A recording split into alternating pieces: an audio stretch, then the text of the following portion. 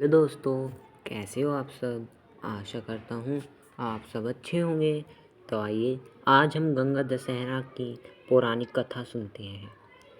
एक समय राजा बाहु के मन में अहंकार उत्पन्न हो गया। वे सोचने लगे, पूरे पृथ्वी पर मेरे जैसा कोई राजा नहीं होगा। मेरे राज्य में हर ओर सुख शांति है। मैंने अपने सभी शत्रुओं को जीत लिया है। मुझे समस्त वेद और शास्त्रों का ज्ञान है। इस संसार में मुझसे बढ़कर दूसरा कौन है। जब मनुष्य स्वयं को सबसे अच्छा मानने लगता है तो उसे दूसरों में दोष दिखाई देने लगते हैं। जो दूसरों में दोष देखते हैं उनकी वाणी भी दूसरों के प्रति कठोर हो जाती है। जिसका मन सदैव दूसरों की कमियां ढूंढता रहता है और जो सदैव कठोर भाषण किया करता है, उनके प्रियजन, पुत्र तथा भाई बंधु भी शत्रु बन जाते हैं। इसलिए जो मनुष्य मित्र, संतान, गृह, धन, धान्य आदि सबकी हानि देखना चाहता है, उसे यह काम करना चाहिए। इस प्रकार अहंकार के बढ़ जाने के कारण राजा बाहु अत्यंत उद्दंड हो गए और परिणाम स्वरूप उनके बहुत सारे शत्रु बन गए। हैहय और तालजंग कुल के क्षत्रियों से उनकी प्रबल शत्रुता हो गई और उनके साथ राजा बाहु का घोर युद्ध छिड़ गया। युद्ध में राजा बाहु परास्त हो गए और दुखी होकर अपने दोनों पत्नियों के साथ वन में चले गए और वही समय व्यतीत करने लगे। दुख और संताप से राजा बाहु का शरीर जर्जर हो गया और कुछ समय बाद वन में ही उन्होंने प्राण त्याग दिए। उस समय उनकी छोटी पत्नी गर्भवती थी। पति के गुजर जाने से उन्हें बहुत दुख हुआ और उन्होंने पति के साथ ही चिता में जल मरने का निश्चय किया। उस स्थान से कुछ ही दूरी पर और मुनि का आश्रम था। और मुनि परम तेजस्वी ऋषि थे। उन्हें 3 कालों का ज्ञान था। जब उन्होंने राजा बाहु की उस पतिव्रता छोटी रानी को सती होते देखा तो उनको मना करते हुए कहा, हे देवी, तेरे गर्भ में शत्रुओं का नाश करने वाला चक्रवर्ती बालक है, इसलिए तुम चिता पर चढ़ने का साहस मत करो। वैसे भी शास्त्रों में गर्भवती स्त्री के सती होने का निषेध है। यद्यपि तुम स्वयं अपनी इच्छा से सती होना चाहती हो तो तुम्हें अपने गर्भ में पल रहे शिशुओं की हत्या करने का अधिकार नहीं है। अतः तुम्हें यह पाप नहीं करना चाहिए। मुनि के इस प्रकार कहने पर रानी उनकी बात मान गई और फिर दोनों रानियों ने मिलकर पति का विधि पूर्वक अंतिम संस्कार किया और ऋषि के कहने पर उन्हीं के आश्रम में रहने चली गई। और मुनि के आश्रम में रहकर दोनों रानियां महर्षि के सेवा सत्कार में समय व्यतीत करने लगी। पर छोटी रानी अपने पूर्व के संस्कारों के कारण धर्म कर्म में विशेष रुचि लेती और मुनि के सुंदर प्रवचनों को अपने हृदय में धारण करके हमेशा परमेश्वर के ध्यान भजन में ही मस्त रहती थी, जिससे बड़ी रानी के मन में उसके प्रति ईर्ष्या होने लगी। और एक दिन बड़ी रानी ने छोटी रानी को भोजन में जहर मिलाकर दे दिया, पर ईश्वर की कृपा से छोटी रानी पर उस जहर का कोई प्रभाव नहीं पड़ा और ना ही गर्भ में पल रहे शिशु पर। समय आने पर छोटी रानी ने एक पुत्र को जन्म दिया और मुनि ने गर्भ अर्थात विष के साथ उत्पन्न हुए उस बालक का नाम सागर रखा। माता ने बालक सागर का बड़े प्रेम पूर्वक पालन पोषण किया। जब बालक सागर कुछ बड़ा हुआ तो और मुनि ने उसका यज्ञोपवीत संस्कार किया और उसे शास्त्रों का अध्ययन कराया, साथ ही अस्त्र शस्त्रों की भी शिक्षा दी। और मुनि से शिक्षा पाकर बालक सागर बलवान, बुद्धिमान और धर्मात्मा हो गए। एक दिन सागर ने अपनी माता से पिता के बारे में जानना चाहा। तब माता ने उन्हें सारा वृतांत कह सुनाया कि किस प्रकार सागर के पिता शत्रुओं से हारकर वन में आए और यहाँ और मुनि के आश्रम में सागर का जन्म हुआ। सारी कथा जानकर सागर को भीषण क्रोध आया और उसने माता के सामने प्रतिज्ञा ली कि वह अपने पिता के शत्रुओं का नाश कर देगा और अपना खोया हुआ राज्य वापस लेगा। तब माता से आज्ञा लेकर सागर और मुनि के पास पहुँचे और उनका आशीर्वाद लेकर वहाँ से प्रस्थान किया और अपने कुलगुरु महर्षि वशिष्ठ के पास पहुँचे। कुलगुरु वशिष्ठ से मिलकर उन्हें प्रणाम करके सागर ने उन्हें सब समाचार सुनाया। महर्षि वशिष्ठ सागर को देखकर अत्यंत प्रसन्न हुए और उन्हें विभिन्न प्रकार के दिव्य अस्त्र शस्त्र प्रदान किए। इस प्रकार सभी दिव्य अस्त्र शस्त्र से सुसज्जित होकर सागर कुलगुरु वशिष्ठ से आज्ञा लेकर अपने पिता के शत्रुओं से युद्ध करने पहुँचे। शूरवीर सागर ने बहुत ही कम समय में अपने सभी शत्रुओं को पराजित कर दिया। तब तक यवन तथा अन्य बहुत से राजा अपने प्राण बचाने वशिष्ठ मुनि के शरण में पहुँचे। गुरु वशिष्ठ की बात मानकर सागर ने उन राजाओं को प्राण दे दिए। ये देखकर वशिष्ठ मुनि सागर पर बहुत प्रसन्न हुए और अन्य तपस्वी मुनियों को साथ लेकर सागर का राज्याभिषेक किया। तत्पश्चात राजा सागर और मुनि के आश्रम गए और उनकी आज्ञा लेकर अपनी दोनों माताओं को अपने साथ राजमहल ले आए और सुखपूर्वक राज्य करने लगे। अयोध्या के राजा सागर की 2 पत्नियां हो गई। उन्होंने 2 विवाह किया। पहली का नाम केसनी था और दूसरी का नाम सुमति था। भृगु ऋषि के वरदान से केसनी का एक पुत्र हुआ जिसका नाम असमंजस था, जबकि सुमति के गर्भ से 6000 बलशाली पुत्रों का जन्म हुआ। एक बार गोकर्ण तीर्थ में राजा सागर ने अश्वमेध यज्ञ का आयोजन किया। राजा इंद्र ने सोचा, यदि राजा सागर ने अश्वमेध यज्ञ कर लिया तो शायद वे इंद्रासन पर भी कब्जा कर सकते हैं। इसलिए इंद्रदेव ने राजा के अश्व को चुरा लिया और अश्व की खोज में राजा सागर ने अपने 6000 पुत्रों को भेजा। इन पुत्रों ने 60 योजन भूमि खोद डाली, जिससे सागर अर्थात समुद्र की उत्पत्ति हुई। पृथ्वी को खोदने के क्रम में सागर के 6000 पुत्रों ने अश्वमेध यज्ञ के घोड़े को पाताल में देखा। वह घोड़ा भगवान विष्णु के अवतार कपिल मुनि के आश्रम में घास चर रहा था। इंद्र ने उस घोड़े को चुराकर वहीं पर छुपा रखा था। सागर के पुत्रों ने कपिल मुनि के साथ अभद्र व्यवहार किया। अब ध्यानमग्न मुनि ने अपनी आंखें खोली और सागर के पुत्रों को अपने हुंकार से भस्म कर दिया। समय व्यतीत होने पर जब राजा सागर के 6000 पुत्र वापस नहीं आए तो राजा सागर ने अपने 6000 पुत्रों की खोज में अपने पौत्र अंशुमान को भेजा। अंशुमान ने जब अपने चाचाओं की राख देखी तो वे द्रवित हो गए। ब्रह्मा ने अंशुमान से कहा, देवी गंगा को आकाश से पृथ्वी पर उतारने का यत्न करो, वही सागर के 6000 पुत्रों को मुक्ति प्रदान करेगी। राजा अंशुमान गंगा को आकाश से पृथ्वी पर लाने के लिए तपस्या करने लगा। उनके पुत्र राजा दिलीप ने भी प्रयास किया, लेकिन वह भी असफल रहे।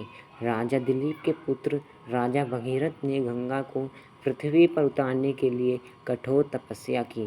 राजा भागीरथ की तपस्या से प्रसन्न होकर ब्रह्मा ने गंगा को पृथ्वी पर उतारने की अनुमति दे दी, लेकिन गंगा ने कहा, आकाश से पृथ्वी पर उतरने के क्रम में उनके प्रवाह को संभाल पाना असंभव होगा। यह कार्य भगवान शिव के बिना संभव नहीं है। राजा भगीरथ ने भगवान शिव को भी अपनी कठोर तपस्या से प्रसन्न किया।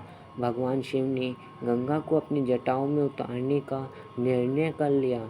जब गंगा आकाश से शिवजी की जटाओं में उतरने लगी तो उनके बाहों को देखकर शिवजी ने उन्हें अपनी जटाओं में कैद कर लिया। राजा भगीरथ के द्वारा भगवान शिव की एक बार फिर पूजा करने के बाद भगवान शिव ने गंगा को बिंदु सरोवर के पास अपनी जटाओं से निकाल दिया। बिंदु सरोवर से गंगा की 7 धाराएं निकली। गंगा की जो 3 धाराएं पूर्व की ओर निकली उनका नाम जावनी, पानवनी और नलिनी पड़ा। नलिनी नदी को ही आज हम ब्रह्मपुत्र नदी के रूप में जानते हैं। पश्चिम दिशा की ओर गंगा की 3 अन्य धाराएं निकली, जिनका नाम सुचक्षु, सीता और सिंधु पड़ा।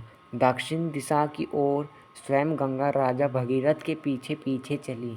मार्ग में गंगा के प्रवाह को देखकर तपस्वी महामुनि जहांगीर क्रोधित हो गए, क्योंकि वे तपस्या कर रहे थे। गंगा के प्रभाव से उनकी तपस्या में विघ्न आ रहा था, तो तो उन्होंने गंगा को भी पी लिया। राजा भगीरथ के अनुरोध करने पर महामुनि का क्रोध शांत हुआ और उन्होंने गंगा को अपनी कानों के छिद्र के रास्ते प्रवाहित कर दिया। इसी वजह से गंगा का नाम जाह्नवी भी पड़ा। राजा भागीरथ के पीछे पीछे गंगा समुद्र तक आई और इसके बाद पाताल में प्रवेश कर गई। पाताल में राजा सागर के 6000 पुत्रों की राख को गंगा ने स्पर्श किया और उन सभी पुत्रों को स्वर्गलोक की प्राप्ति हो गई। इसलिए राजा भगीरथ के नाम पर गंगा का एक अन्य नाम भगीरथी भी पड़ा। गंगा के पृथ्वी पर अवतरण के बाद ब्रह्मा जी ने वरदान किया कि जो भी गंगा के जल से स्नान करेगा उसे जन्म मरण के चक्र से मुक्ति मिल जाएगी। जो भी इस गंगा अवतरण के दिन, गंगा दशहरा के दिन गंगा में डुबकी लगाएगा उसके 10 पाप स्वतः नष्ट हो जाएंगे और उसके घर में सुख समृद्धि का वास सदैव रहेगा। भोलेनाथ उससे सदैव प्रसन्न रहेंगे। तो एक बार प्रेम से बोलिए, गंगा माता की जय। जय हो गंगा मैया। जैसे आपने भगीरथ के कार्य को सिद्ध किया, उनके पूर्वजों को मुक्ति दिलाई, वैसे ही इस कथा को सुनने वाले और कहने वाले सभी भक्तों पर अपनी कृपा दृष्टि बनाए रखना। अब आइए श्रवण करते हैं सभी दुखों को नष्ट करने वाली और सभी मनोकामनाओं को पूरे करने वाली शिव जी की पावन कथा। एक गांव के बाहर छोटा सा शिव मंदिर था जिसमें एक वृद्ध पुजारी रहते थे। एक दिन एक गरीब माँ अपने नन्हे से बालक को मंदिर के द्वार पर छोड़कर चली गई। बहुत खोजने पर भी पुजारी जी को बालक के परिवार का कुछ भी पता न चला।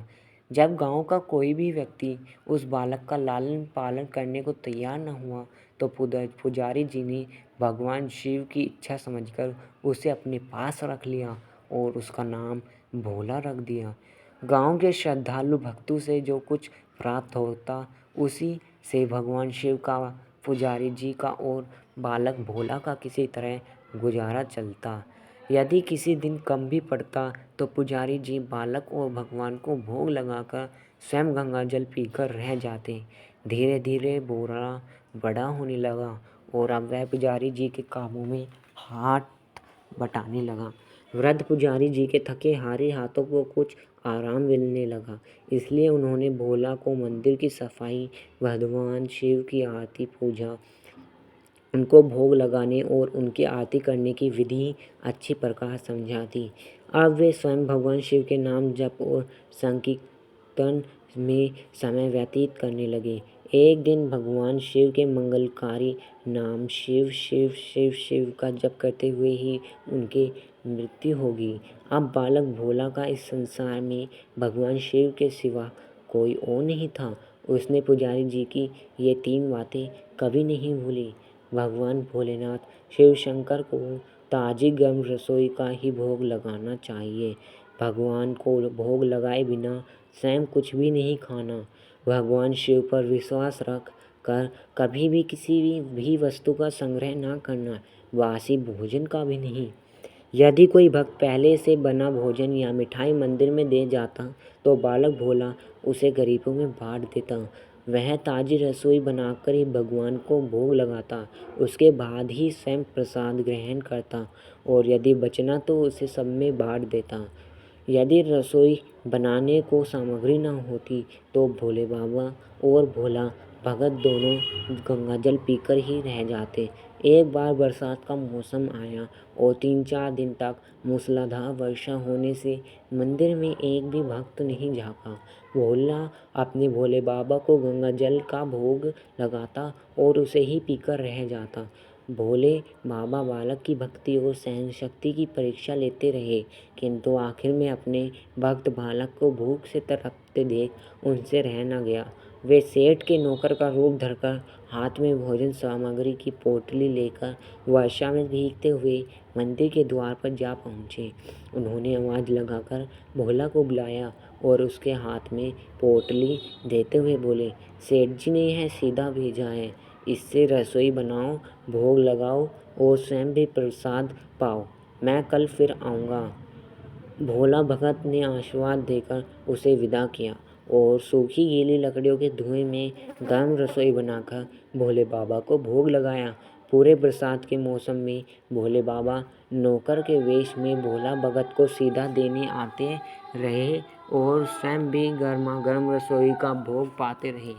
एक दिन भोला भगत ने सोचा कि सेठ जी को सीधा भेजते हुए 4 महीने हो गए चले हैं, किंतु वे स्वयं कभी मंदिर में भोले बाबा का प्रसाद ग्रहण करने नहीं आए। अगले दिन जब भोले बाबा नौकर के वेश में सीधे की पोटली देने आए तो भोला भगत उनसे बोला, भाई तुम्हारे इतने धर्मात्मा सेठ जी कभी स्वयं मंदिर में प्रसाद लेने नहीं आए। इस कारण मेरा हृदय अत्यंत दुखी हो रहा है। अपने सेठ जी से कहना कि कल वे भी मंदिर में प्रसाद ग्रहण करने अवश्य पधारे। सुनकर नौकर बोला, पुजारी जी, सेठ जी मेरे द्वारा आपको सीधा भेजते हैं। आप इससे भगवान को भी भोग लगा लेते हैं और स्वयं भी प्रसाद पाते हैं। फिर सेठ जी को बीच में बुलाने की क्या ज़रूरत है। जैसा चल रहा है वैसा ही चलने दीजिए ना। भोला बोला, ऐसे कैसे चलने दूँ। आपके धर्मात्मा सेठ जी इतने दिनों से सीधा भेज रहे हैं, क्या मैं उन्हें भगवान का प्रसाद देने का कर्तव्य भी पूरा ना करूं।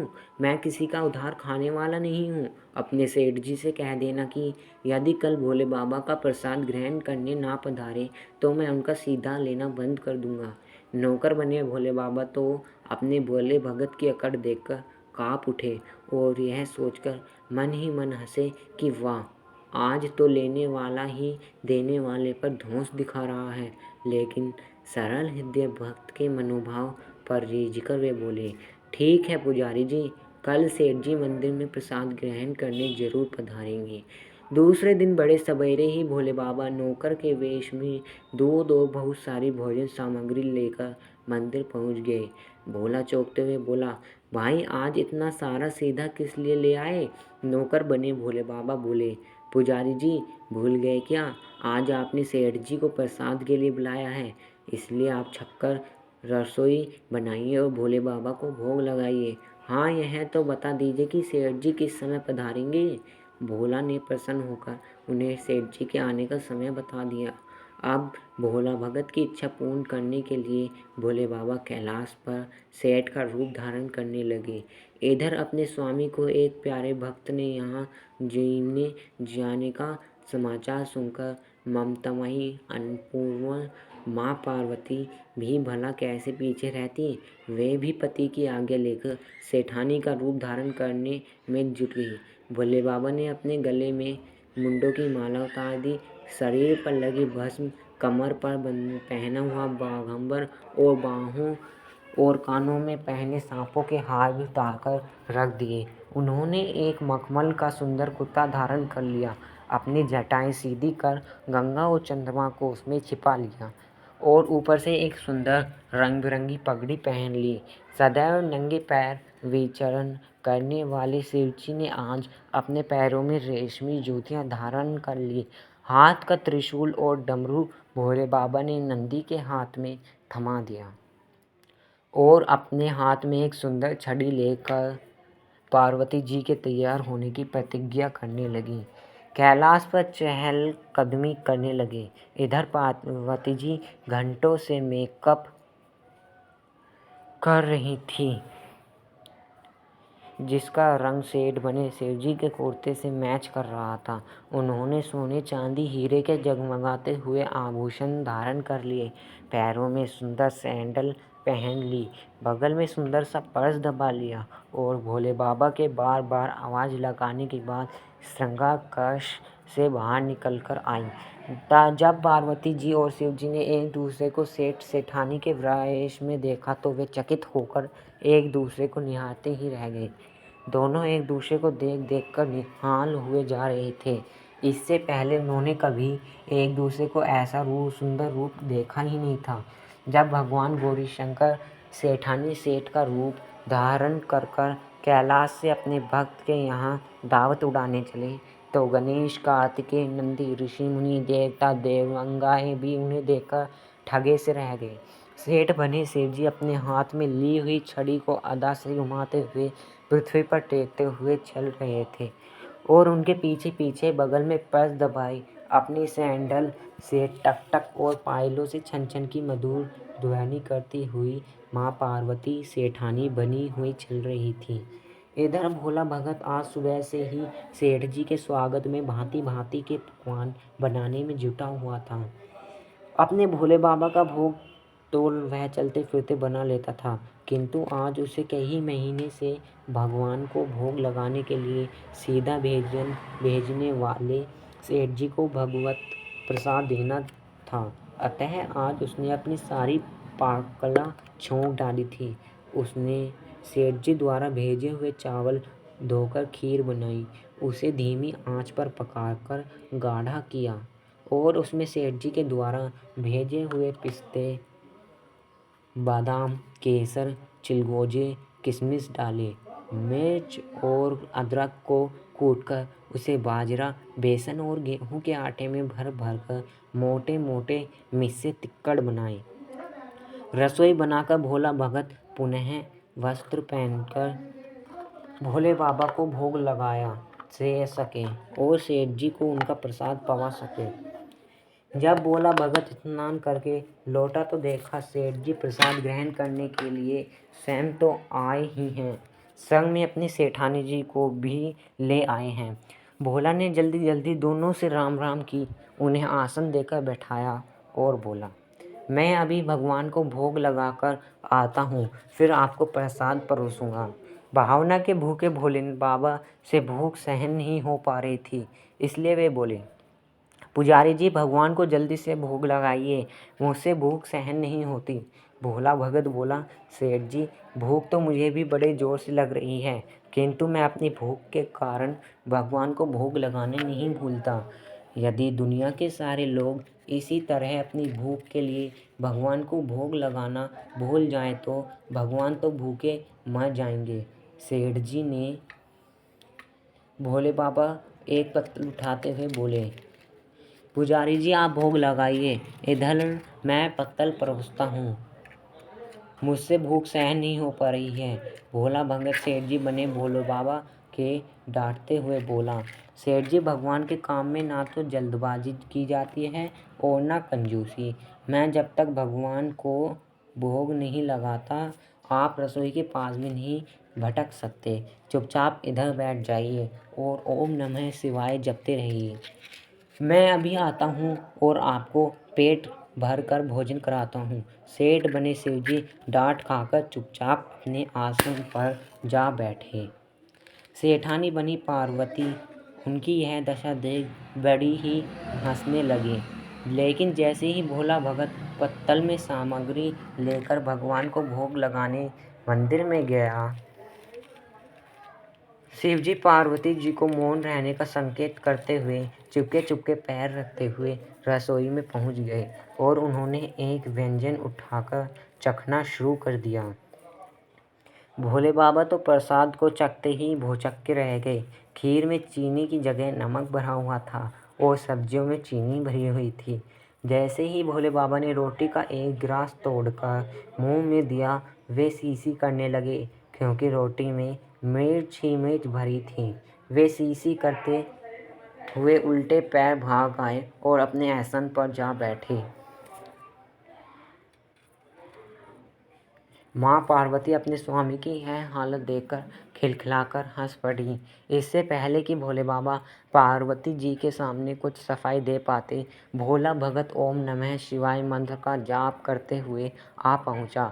उसने भोग को रसोई में मिलाकर उसे पवित्र बना डाला और फिर सेठ जी के सामने पत्तल परोसकर हाथ जोड़कर बोला, सेठ जी अब आप भी जा भरकर प्रसाद पाइए। भोले बाबा तो अभी अभी भक्त की भक्ति से भी जोरदार उसके हाथ की बनी हुई रसोई चख चुके थे, अतः उसे जीमने की बात सुनकर उनके पसीने छूटने लगे। कभी वे भोला का तो कभी पार्वती का मुख देखने लगते। भोला को सेठ जी की ढील बर्दाश्त नहीं हुई और बोला, सेठ जी अब क्या हो गया आपको? अभी अभी तो इतने उतावली मचा रहे थे, अब क्यों नहीं जीमते? आप जीमोगे तभी तो माता जी भी प्रसाद ग्रहण करेंगी और फिर मैं भी प्रसाद पाऊंगा। भोला की ललकार सुनकर भोले बाबा ने चुपचाप खीर का कुल्हड़ उठाया और सारी नमकीन खीर गटागट पी गए। कुल्हड़ खाली होने की देर थी कि भोला ने उसे झट से भर दिया। अपने प्रिय भक्त के हाथों परोसे हुए भोग में भगवान का आज दुगना स्वाद आने लगा। भोला परोसता गया और भोले बाबा पीते गए। जगन्माता पार्वती भक्त और भगवान दोनों के प्रेम को देख देख कर मंत्रमुग्ध होती रही। जब सारी रसोई समाप्त हो गई तो भगवान ने एक जोर की डकार ली। भोला का होश आया और बोला, वाह सेठ जी वाह, मैं ही बावला था जो इतनी थोड़ी सी रसोई बनाई। मुझे पता होता कि आपको प्रसाद ग्रहण करने का इतना शौक है तो और भी ज़्यादा रसोई बनाता। भोले बाबा अपने पेट पर हाथ फेरते हुए सेठानी बनी पार्वती जी की ओर मुस्कुराकर देख करते हुए बोले, पुजारी जी मैं इतना रोज़ कहाँ खाता हूँ, किंतु आज प्रसाद इतना स्वादिष्ट बना था कि अपने पर बस ही नहीं कर पाया और खाता ही चला गया। किंतु तभी भोला भक्त रुआंसा होकर बोला, सेठ जी वह तो आपने ठीक किया, लेकिन माता जी तो भूखी रह गई। ममता माई पार्वती माँ से भोला का रुआंसा मुँह देख नहीं गया। उन्होंने बची हुई खीर की 4 बूंदें अपने कंठ में टपका ली। भोले बाबा द्वारा भोग लगाने से प्रसाद में अद्भुत अलौकिक स्वाद भर गया था। ऐसी सुगंधित और मीठी खीर चखकर जग जननी आखंड तृप्त हो गई और उनके तृप्त होते ही सृष्टि की प्रत्येक प्राणी तृप्त हो गया। भोला भगत बोला, सेठ जी आपने और माताजी ने प्रसाद ग्रहण कर लिया, इसमें मुझे अत्यंत संतोष हुआ है। समझ लीजिए कि आप दोनों द्वारा प्रसाद ग्रहण करने से मेरा भी पेट भर गया है। मेरी तो वैसे ही भी महीने में 4 एकादशी हो जाती हैं, किंतु मैं भी एक दाना ले ही लेता हूँ, जिससे कि भोले बाबा के प्रसाद का अनादर ना हो। यह कहकर जैसे ही भोला ने खीर के पात्र में लगा चावल का एक दाना उठाकर अपने कंठ में डाला, उसकी जन्म जन्मांतर की भूख प्यास मिट गई और समस्त वासनाओं और इच्छाओं की तृप्ति हो गई।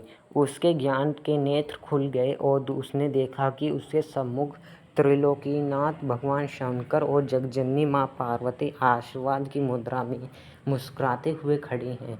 भोला दौड़कर उनके चरणों में लौटता गया और उन्हीं से में समा गया। हर हर महादेव। दोस्तों आपको वीडियो अच्छी लगी हो तो वीडियो को लाइक करें और चैनल को सब्सक्राइब करें।